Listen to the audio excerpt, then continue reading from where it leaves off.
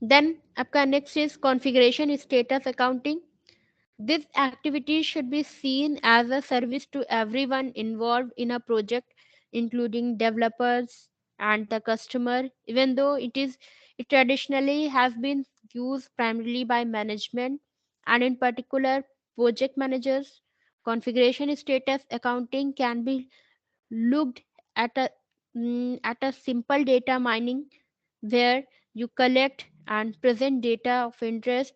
Many agile methods are very code centered, and the repository is the place where we keep the configuration items that are important for the project.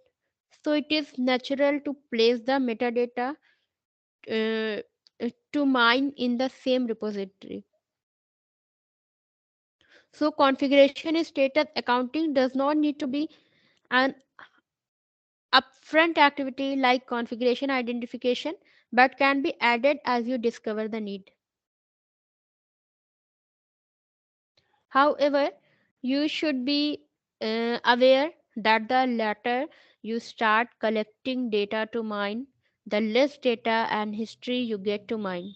Usually, this is seen as an activity that benefits only managers, but there can be much support for the developers too.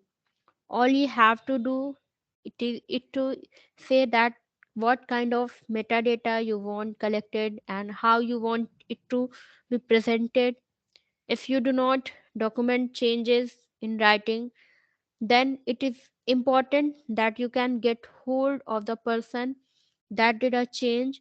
When you have shared code, then it is important to see who is currently working on what.